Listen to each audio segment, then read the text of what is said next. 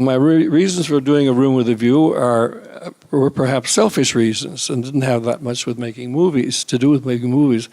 It used to be that I went to Italy a lot. I made my first film in Italy, and I hadn't been back to Italy in 20 years. And I thought if I would really, really love to go and make a film in Italy.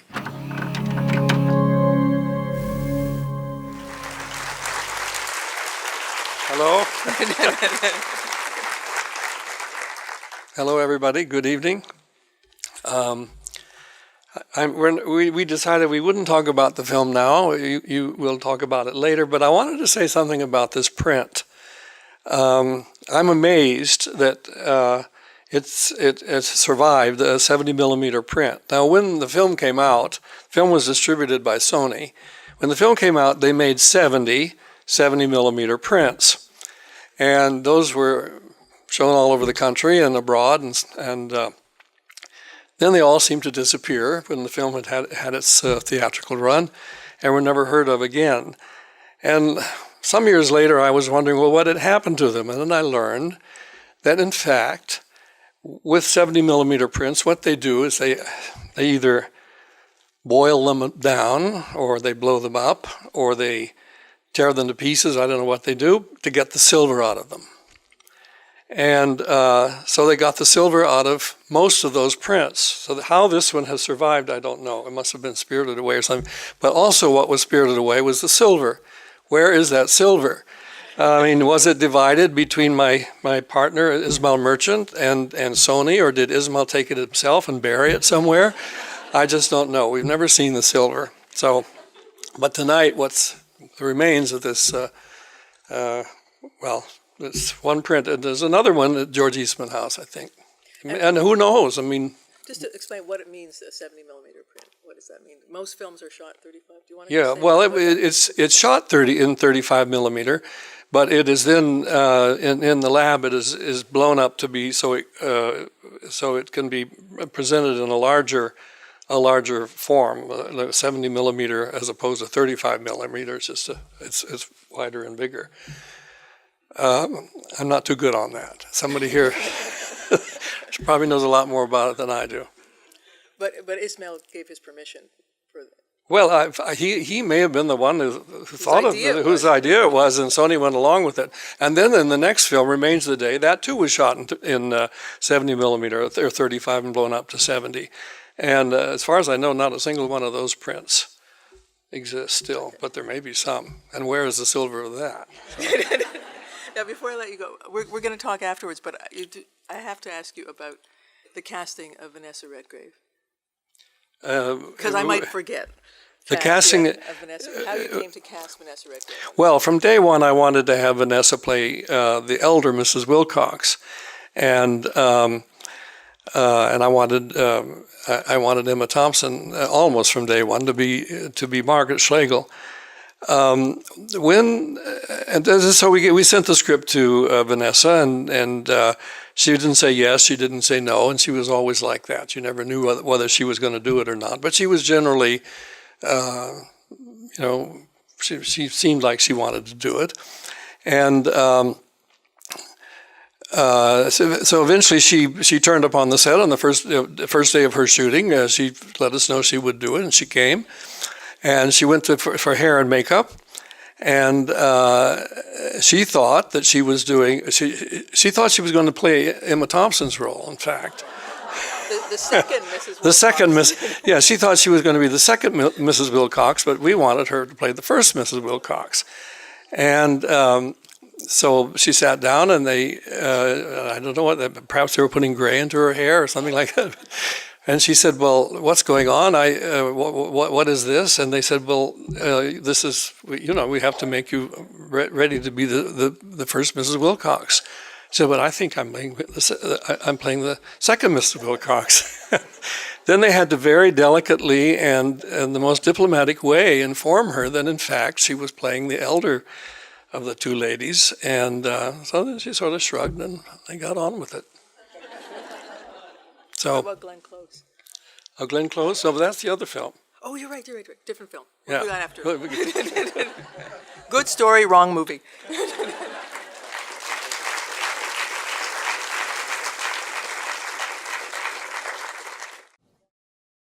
When you see Howard's End now, 20 years after you made it, what comes to mind? What do you remember most vividly from the filmmaking experience?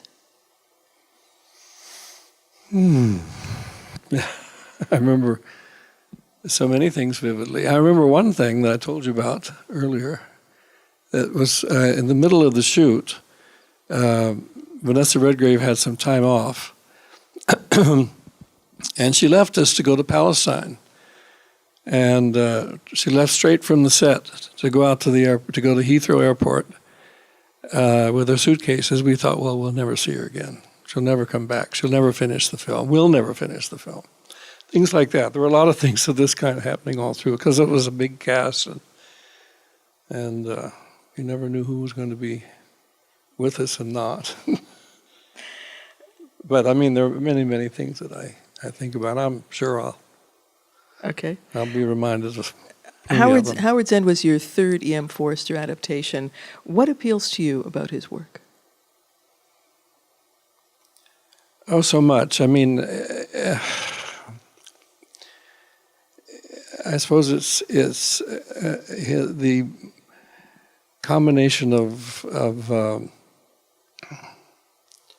love for most of his fellow men, anyway, not all of them, not the Wilcoxes maybe, with humor, with a wonderful sense of language, and then for a filmmaker, the most wonderful scenes. I mean, you just want to do those scenes.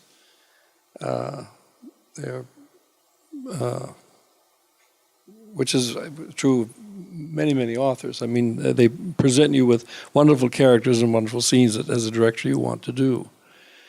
And all his books have that. I mean, and also the books, of course, that we didn't do have fantastic things in them that I'd like to have been involved with.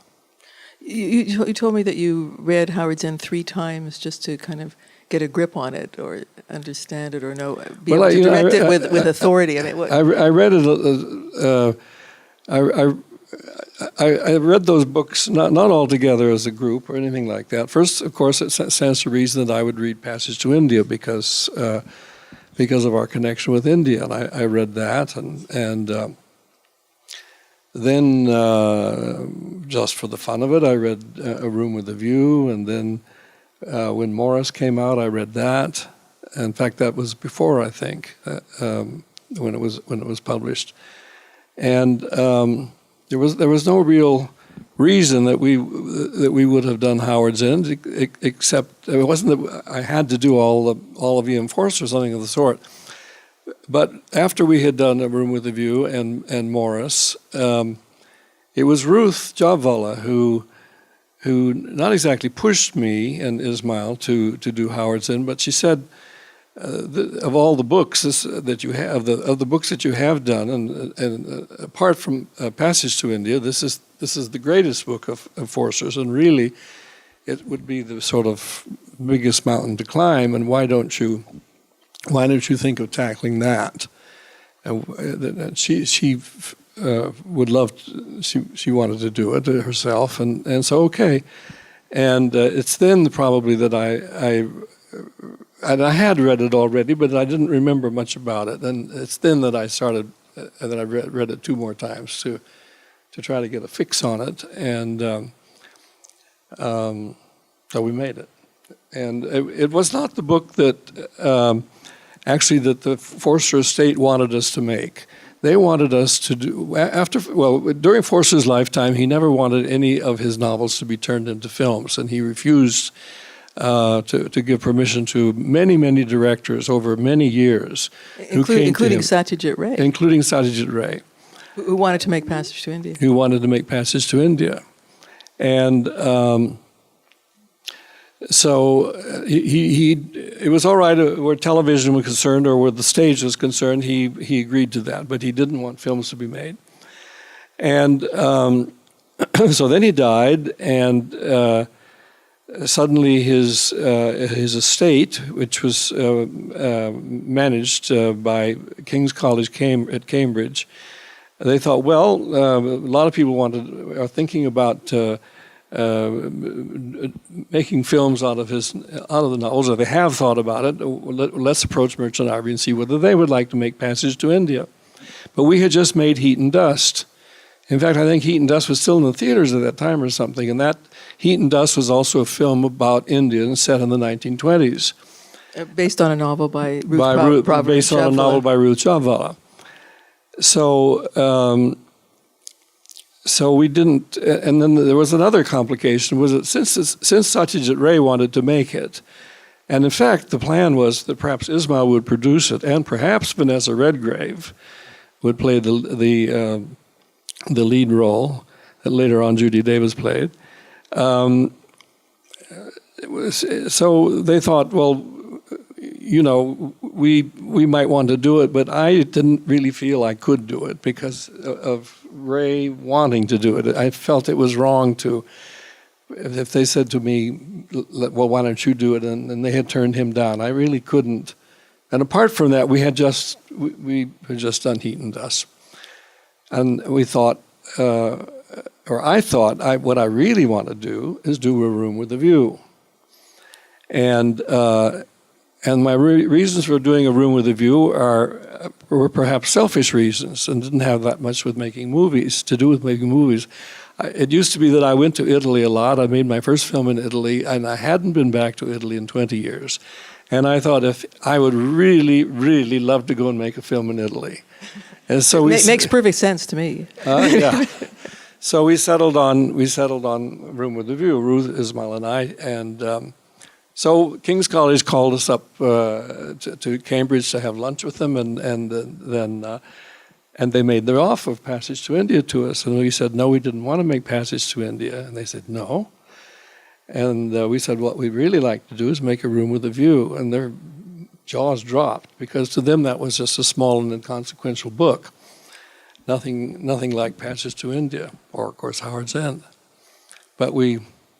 And it was a breakthrough for Merchant Ivory. Well, it was the biggest success to that date. It was certainly the biggest success that we had up to then. Well, up to then. So much always has to be cut from a novel, but you and Ruth Prover Chawla added a scene to Howard's End of Helen and Leonard Bass romantically entangled on a boat. Right. Why was that important? Well, I think you have to have scenes like that. You know. Okay. But people got confused later. I mean, later on, when the film came out, there were people who thought that in some way we had been we were indebted to Dreiser. No, I'm sorry. But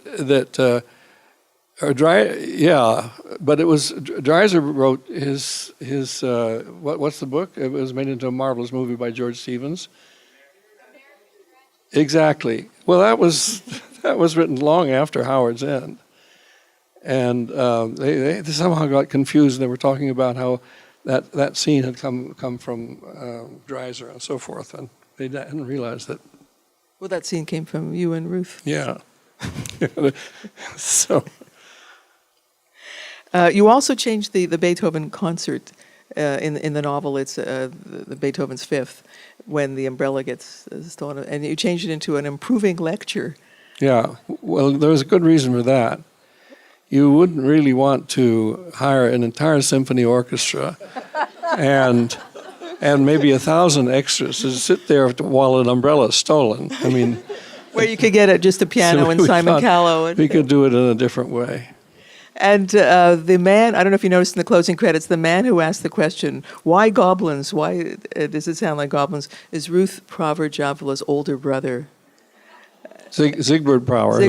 Who just died a couple of months ago at age 87. He's a professor at Oxford of German language and literature. And wrote a lot on German cinema. That's right. Yeah. In fact, there's a number of family connections in terms of casting here. We have Vanessa Redgrave's niece. Yeah, played the daughter, Evie, and Aunt Julie's and Julie's son. Aunt Julie is actually the mother of Leonard Bass. I mean, in real life, the in real actors. life of Prunella Scales is Sam West. Sam yeah. West. And there's I saw a Bonham Carter credit. I'm not sure who that was. That was a cousin of hers. Yeah, he was in this scene where everybody drives away in a car at the end. And I read somewhere that Miranda Richardson was offered the role of the Emma Thompson role. No, she wasn't. No? Okay. No, nobody was offered the role except for Emma. Except for Emma Thompson. Okay, rumors. I'd like to. There's one other thing, just to stay with the movie for a moment. It's curious. In the novel, Mr. Wilcox seems less attractive, but we have access to Margaret's thoughts and feelings and arguments in order to understand why she chooses to marry him. In the movie, Anthony Hopkins automatically endows him with a certain charm and affection, but we don't have access to Margaret's interiority to the same degree. I mean, is it a sort of trade-off where the actors kind of trump the backstory that the novel can give us? But I think we have a lot of her interiority. I mean, it's every fleeting expression on her face tells you so much, I think. All through, we learn as much about her as we do about a more charming Mr. Wilcox, as played by Anthony Hopkins. I think they're pretty well matched. And in casting Anthony Hopkins, who I think was cast right from the beginning. Well, no, I didn't know who to play. I had sure? no real idea who should play that part. And actually, the person who recommended him was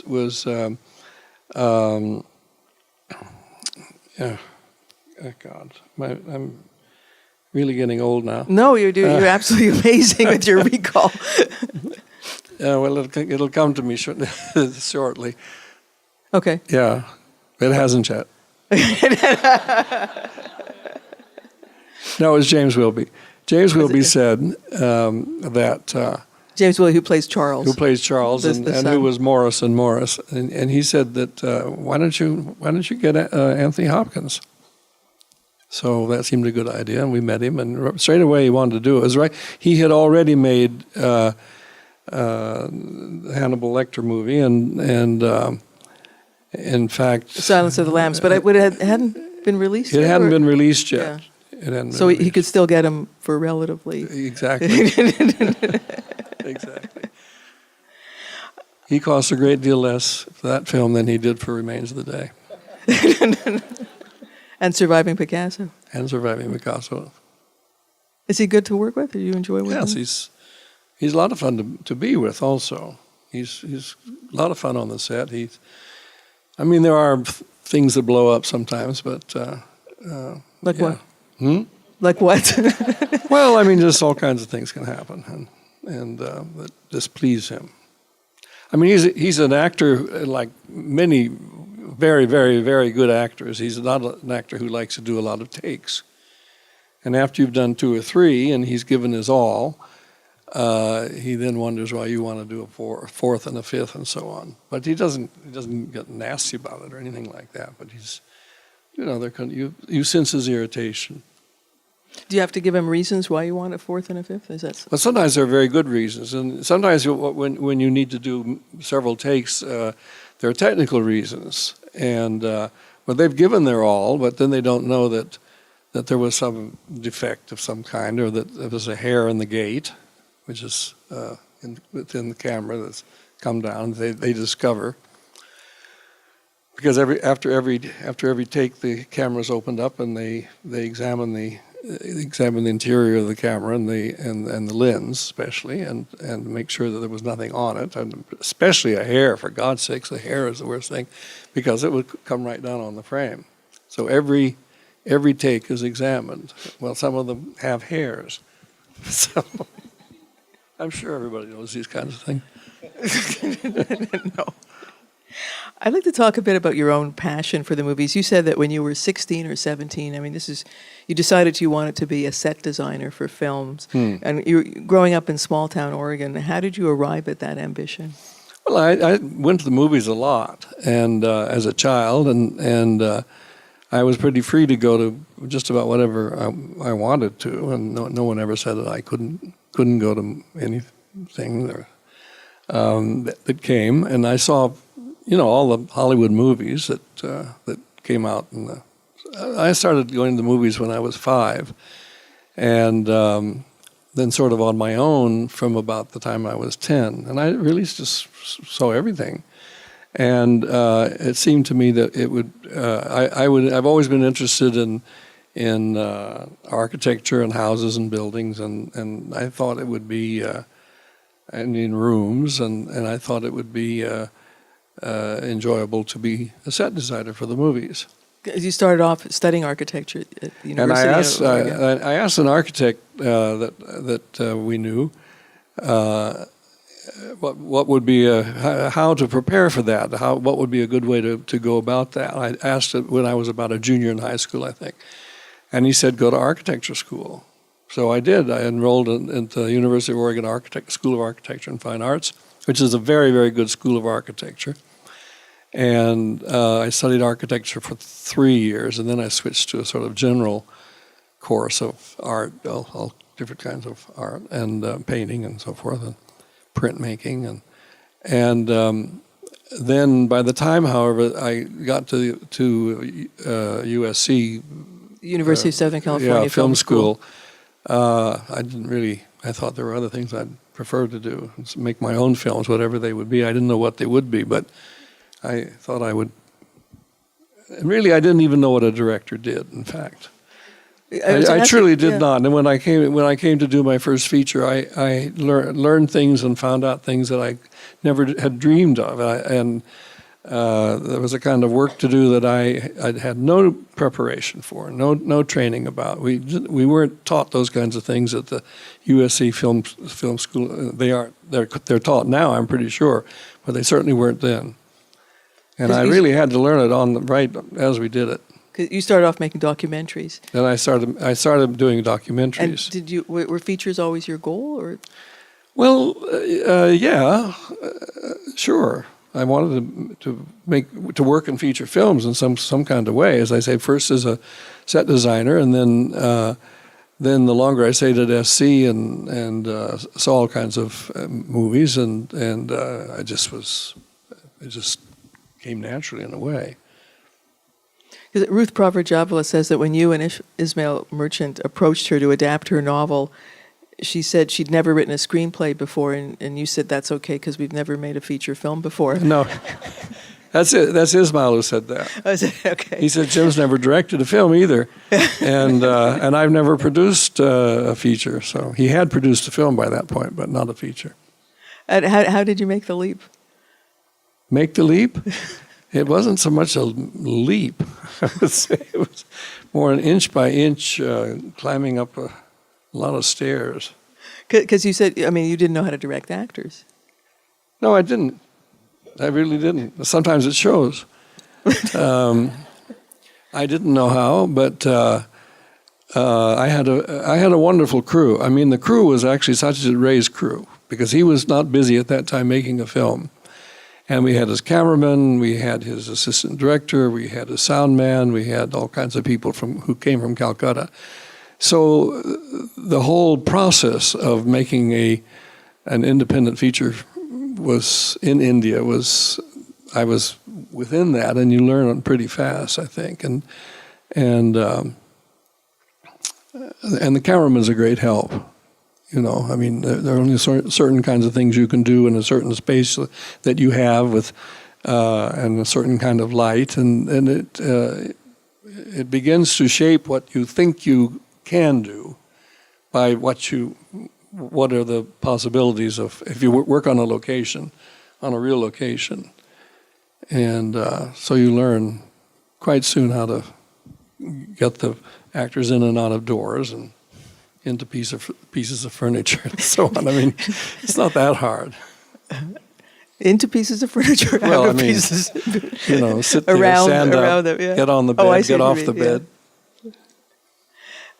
Ismail Merchant died in 2005. 2005, yeah. How did you first meet? I was showing my second documentary film, which was a film about Indian miniature painting, which I made in New York and California. Was being shown at the Indian consulate in New York, and somebody had told him about it. In fact, the guy who narrated it, Saeed Jaffrey. had told him about it, and he came to see it. And then he just came up to me afterwards and introduced himself. That was in 1961. And then? Well, and he was on his way to India, and I was going to, fairly soon after that, I was on my way back to India to do more work on the third documentary that I had made, which was the film about Delhi. I was making a documentary about the history of the city of Delhi. And I had been in India about a year doing that, and I came home and I did a lot of editing, and then I went back to do more shooting. There are other things I wanted to shoot, and gaps that I didn't have. And so I then went to India, and he was going to make a film with some Americans in the village, which didn't pan out. They didn't get the money for it. And meanwhile, I'd come back to work on my documentary, and so he got to thinking about The Householder, which he had read when he was working in Los Angeles. This is Ruth Prover Jabla's fourth novel. Her fourth novel, The Householder, yeah. And your first 5 movies were made in India. And I know, Ruth Prover Jabla was living in Delhi, married to a Parsi architect. Ismail Merchant is from India. What was the appeal for you? Of India? I've been asked that 1,000 times by 1,000 people, and it's almost impossible. It's almost impossible to say what the appeal is. It was so huge. It's just the place, the people, the feeling of the place. And they're, it's like any country that you go to and you fall in love with. And I fall in love with other countries, but nothing quite so strong as India. And it would take a long, long time to sort of really get into it. Because your first, but I went there many, many times, and over about a 20-year period, I was back and forth many times. We made 4 features. And I worked on some shorts there, and then we began making films in New York. But I always wanted to go back, and then we did go back to make the Hullabaloo film, and then finally Heat and Dust, which was the last film I made in India. Well, that's interesting. 1975, because that's also when Ruth Prover Jabla left India. She left in 1975. We had, and that's the same year that Autobiography of a Princess had come out. And then in 77, we went to make Hullabaloo Over Georgie and Bonnie's Pictures, which was made for television in England for the South Bank show. And then I went back for Heat and Dust in 81. Merchant Ivory is practically like one word. What was the collaboration like? How amongst the 2 of you, the 3 of you? How did? Who had what? Well, we each of us did a certain thing, and the others, though the others were always in some way kind of involved, and of course, Ruth very much involved in the script and what was going to be actually on the screen, and Ismail very much involved in how to get it on the screen in terms of financing and logistics and so on. But we didn't really interfere with. Ismail never came stamping on the set. Well, I won't say never, but okay, and saying you must do this, you can't do that. And Ruth never interfered in my work. I never really interfered in hers. And finally, she had the last say and the final say. But that didn't mean that we wouldn't sometimes make up things as we went along. And Ruth wasn't there. Sometimes we had to write scenes on our own without her, and some of which she liked, some of which she didn't. But we're all respectful of each other in terms of what we were doing, and that's why nobody was the extreme boss. Everybody had a kind of an equal power. I always think it's a bit like the United States government. You have the Congress, you have the President, and you have the Supreme Court. Except you function better.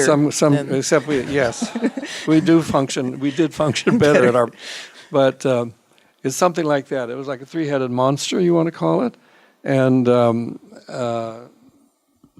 we all had sort of equal weight. Because Ruth Javela told me that she pressed Henry James and Forster on you because she felt that your sensibility and especially your tolerance and openness would respond to their work. How did you decide what would be a good project, or was it a group decision, or how? Well, some, I mean, I read an awful lot of once I began to read James. I read most of his novels. There are one or two I haven't read, but I read most of them, and some of them immediately are appealing to be made into a film. I mean, you can feel the scenes in them, and you have a sense about it that it just seems a really good idea. Some books don't. I mean, The Ambassadors, for instance, we felt was not something really that would make a very good film, but it's a marvelous book. But it wouldn't have been such a good film, and I don't know. It's just I suppose the ones that are more basically what you call it cinematic or something were the ones that appeal to all of us. Oh, I can get into the Glenn Close. Sometimes also there were novels that appealed to us, but we really couldn't. We weren't able to do them. We wanted to do them, but we couldn't do them. A good example of that was Portrait of a Lady. We wanted to make a Portrait of a Lady and do one of the big international novels, because the first two that we did were set in the United States, and we wanted to do a big European one. And the first two were the Europeans and and the Bostonians. And when we, after Howard's End, we got very friendly with Disney, and they wanted to work with us, and they said, "Is there anything you particularly want to do?" And apart from Jefferson in Paris, which we said straight away we wanted to do, we also said we wanted to do Portrait of a Lady. And we all had lunch with Jeffrey Katzenberg at a restaurant in New York, and Ruth and I remember wearing a big hat. And he said, "What would you like to do?" And we said, "We'd like to do Portrait of a Lady." And he drew a little book out of his pocket, and he wrote Portrait of a Lady and put it in there. And before long, we read in Time magazine that Disney was going to make Portrait of a Lady with Merchant Ivory. And then a lot of people laughed and said, "Oh, Disney would be doing this sort of thing with Merchant Ivory. Disney is," I mean, it was so ridiculous, because I think many of the films, certainly what we did and what they were doing then, was on a really pretty high level, I feel. Anyway, they made fun. Well, we couldn't make Portrait of a Lady because Jane Campion decided she wanted to make Portrait of a Lady. And then she heard we were going to make it. So she said, "Well, I don't want to make it. Then I can't make it if they're going to make it." And we heard that she was going to make it, so we said, "Well, we can't have two versions of Portrait of a Lady in one decade." So we withdrew. Now, we were all at the same agency in Los Angeles. Jane Campion, Ruth, Ismail, myself, and I wanted to have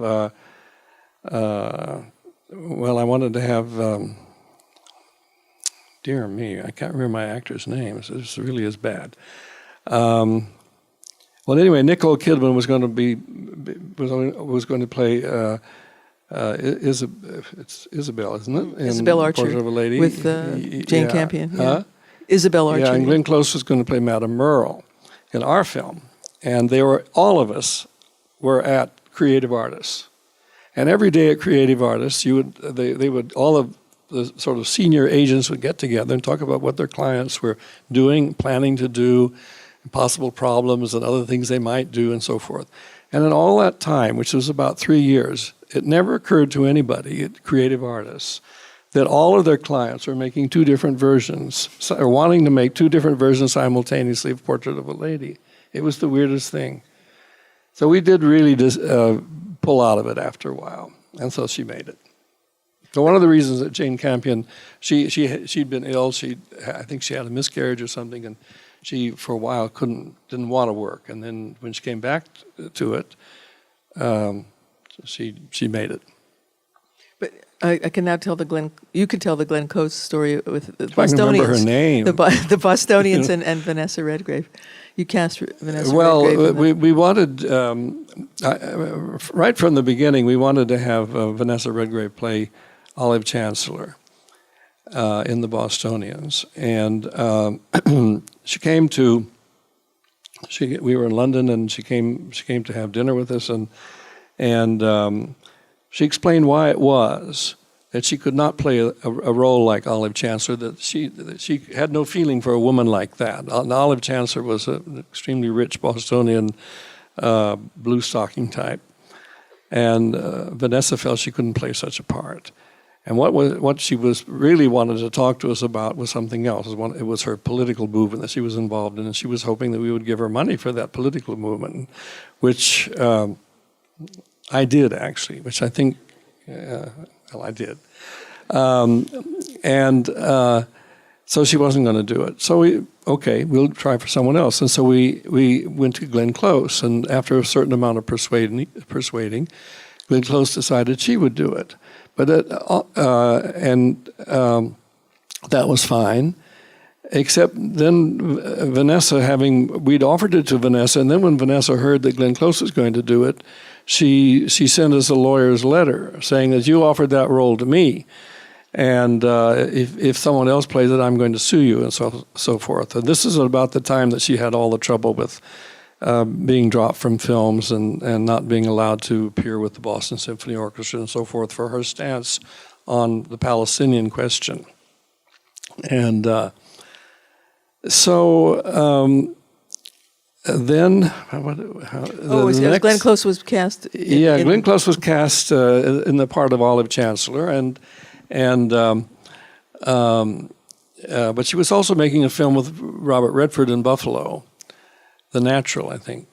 And the idea was that she would work there on some days on that when Robert Redford needed her, but that then when he didn't need her, she could come to us in Boston and make work on the Bostonians.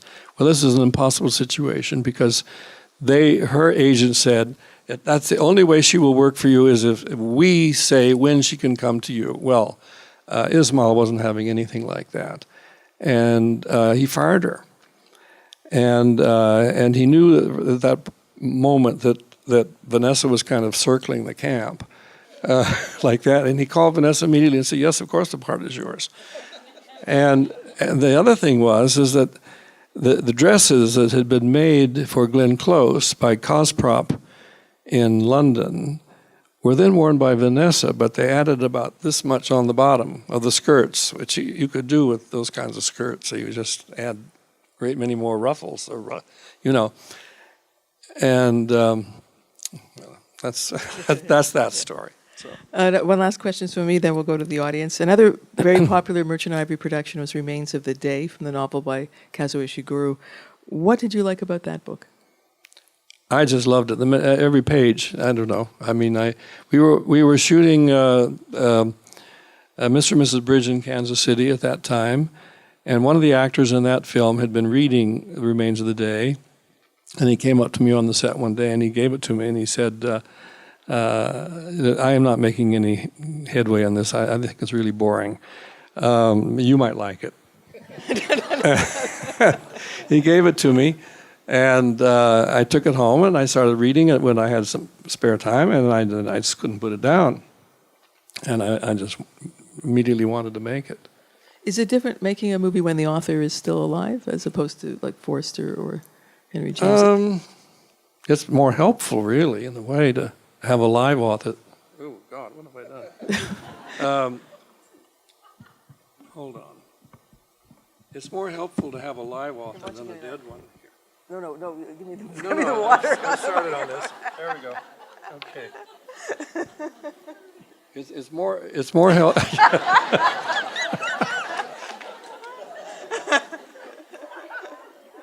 It really is more helpful to have them alive and there if they like you. I mean, if they don't like you, it's not a good.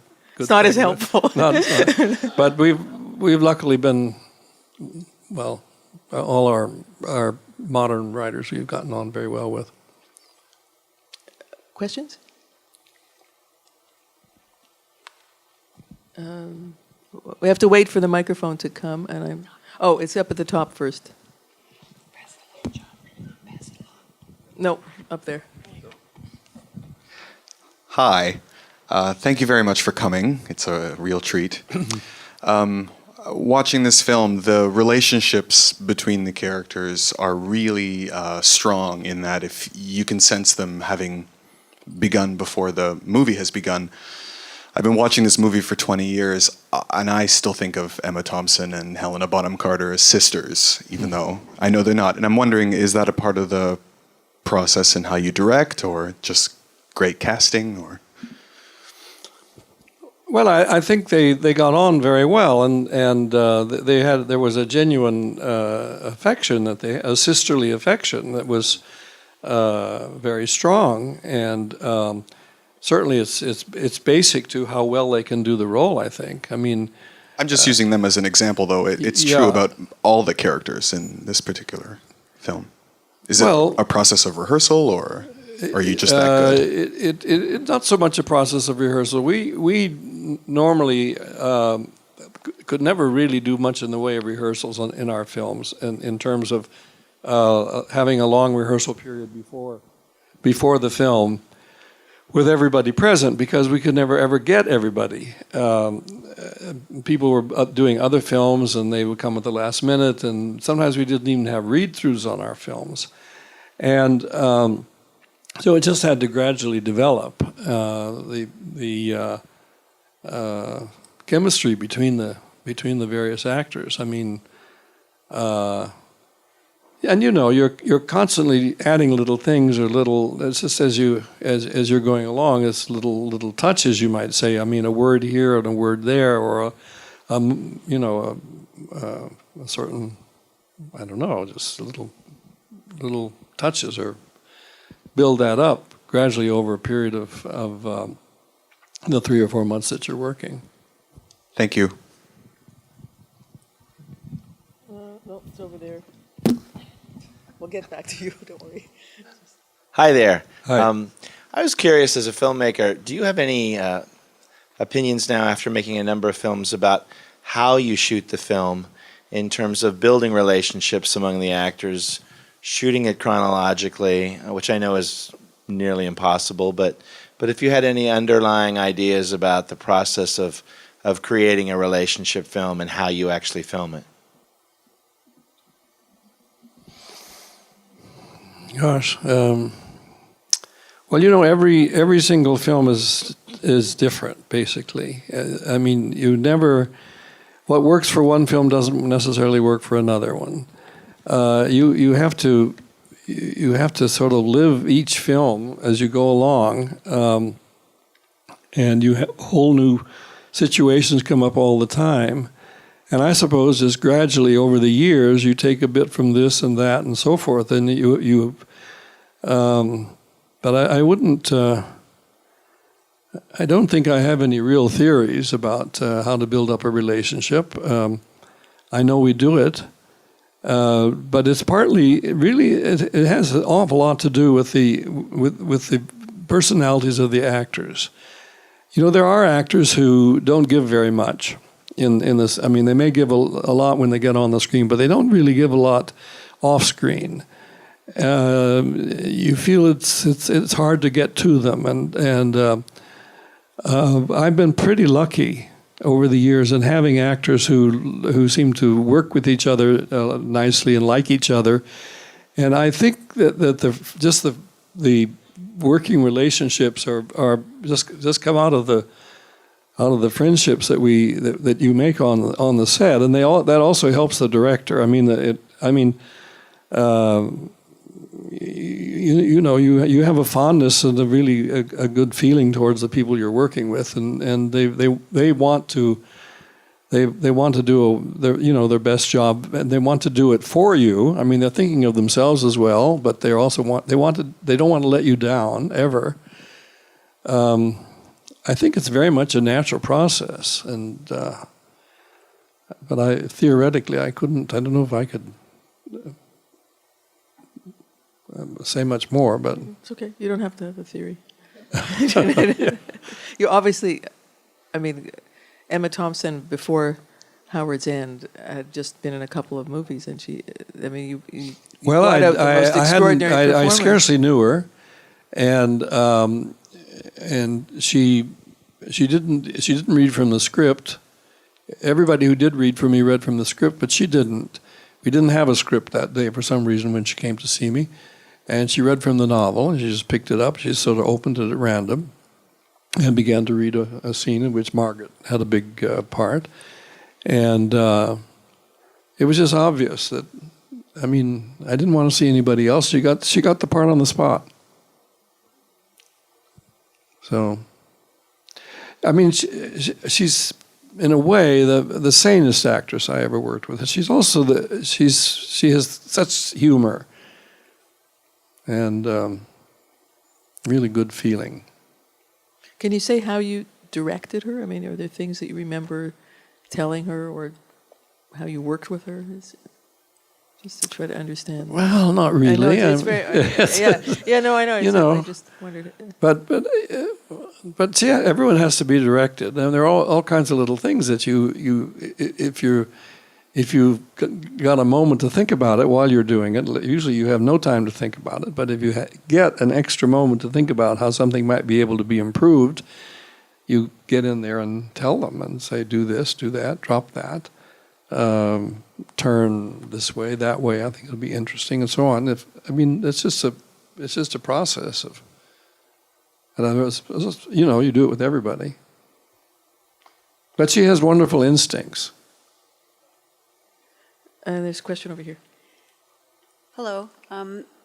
I've seen this movie so many times, and every time I see it, I have this question, so it's like so exciting to be able to ask the only person who can answer. Let's hope. I feel, yeah, well, if I'm out of line, just tell me, but this is my impression. When I'm watching the movie, I feel like I'm so immersed in it that everything is, it's so luscious and rich, and the way it's, the pacing of it allows me to feel like I'm really living with the people. At the point where Leonard comes into the house at the end, and she's pregnant, I feel like from then on, it's very quick, that maybe I'm just resenting the fact that it's going to be over soon, but I wonder about your decision to not sort of take more time and to sort of wrap it up quickly. That's how I feel. I don't know if you agree, but I feel like there's kind of a change in pace at that point. Well, I'm sure there is. I mean, I'm sure that that's intentional. And when you've been sitting in the film, the audience has been sitting in the film for over 2 hours. That last half hour ought to move fast, I think, and I think I think the editor of that film, Andrew Marcus, was very much aware of that need. But it's mostly action at the end, really, and certain things happen, and the story is tied up, and it was done, and I think that's it. You just feel that you have to move on and finish, and I think it does. I think the pace does quicken, and I think it does in a lot of films, and this is probably not the only film of ours in which it does. I think everything has been said. One of the things it could have been said a little more clearly and might have been photographed in a slightly different way is when Dolly catches Evie at the door after the business of the house has been given to Margaret. And Dolly catches Evie at the door and says, well, look at that. I mean, she always wanted Howard's Inn, and now she's got it. And then Margaret happens to hear that. I wish that there would have been a better way of shooting that moment. It's not as clear as it might have been.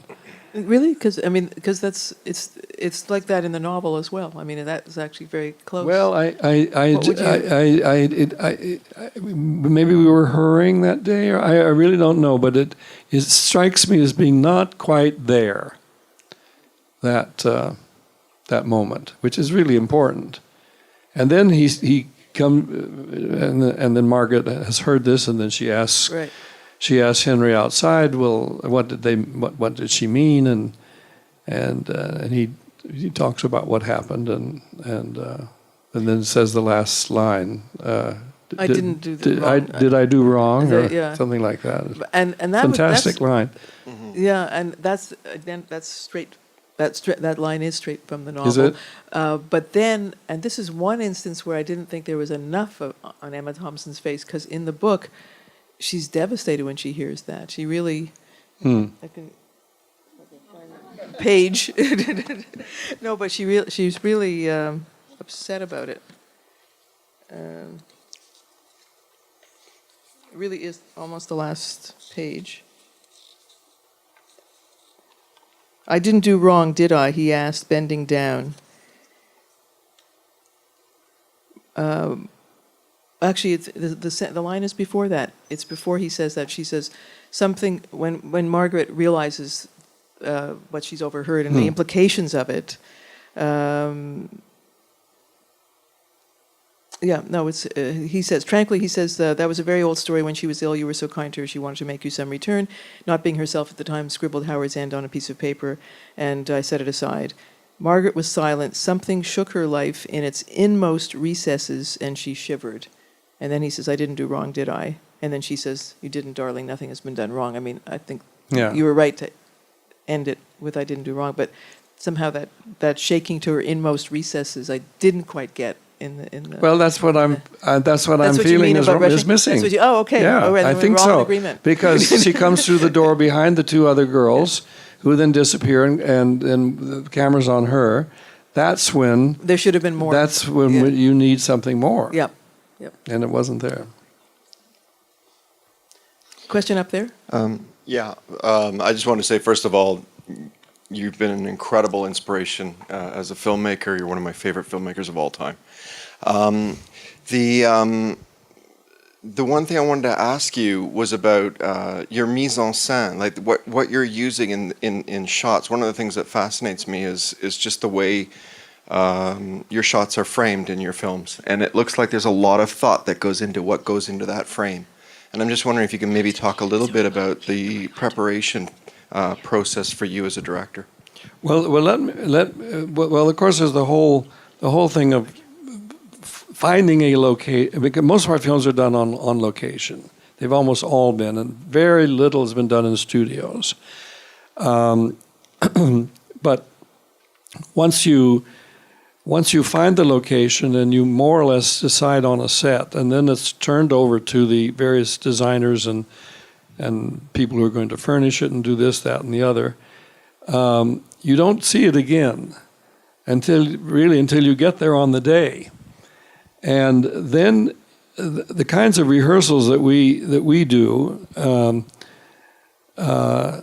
it's always on the day. It's always prior to the shooting, and you have to rehearse so that the cameraman can know how to light the scene and what the camera is going to show.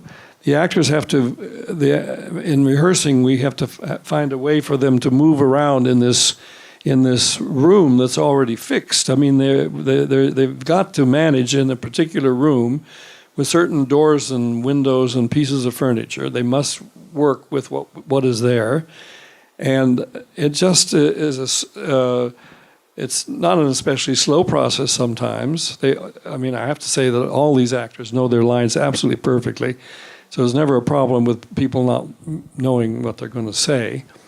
And you just slowly, you go through the whole scene and block the whole thing out.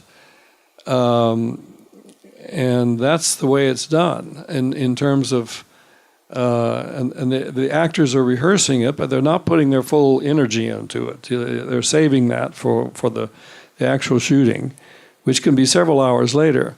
Then the actors go off, and at that point they go off to be made up, their hair done, and so forth, and the cameraman has to light the set, and there's a lot of discussion in there between me and the cameraman about just exactly what is going to be scene in the just what the camera is going to show. I mean, I look through the camera but I don't interfere in the cameraman's framing. I wouldn't want to do that. I just say that, I want to have this and this and this, and make sure that we do have it. But I leave the framing to him. That's the way we work. Very little, very little. From time to time, there's a very complicated scene that you have to do, and sometimes it goes over several days of shooting, and you have to have a certain kind of light for different sort of shots. And for things like that, we do quite an elaborate storyboard type thing. A scene of that kind, I don't know how many of you know the film Mr. and Mrs. Bridge, but there's the tornado sequence at the country club. And that had to be very, very, very carefully shot and all out of order, and according to where the sun was and then where the sun wasn't, and some of it had to be in the dark, and some of it had to be where it was very gloomy, and all of this. So that we would shoot something and then we move on to something else much, much later in the scene, then come back and do 2 shots for another section, and then go further on, or maybe even earlier. So that's how we do it, or I did it. But those kinds of scenes are pretty rare, and normally we don't do a storyboard. But I do little drawings in my script. But it's not a storyboard. Last question. Well, this might be too obscure, but when I first read the story years ago, I got the mistaken idea that she'd got him mixed up with Paul Wilcox and that he was responsible. And then I picked it up again recently to read it and realised the mistake I'd made. And I was rather disappointed because I thought it made the novel more complex. It would be a very different story. It would be a different story. I realise that, and I must congratulate you and thank you for making the movie because it's such a great joy. So I got a bit of a shock when I took another look at it. Yeah. Okay, I think we're out of time. So I've been told we're out of time. So I want to thank James Ivory for his generosity and stamina.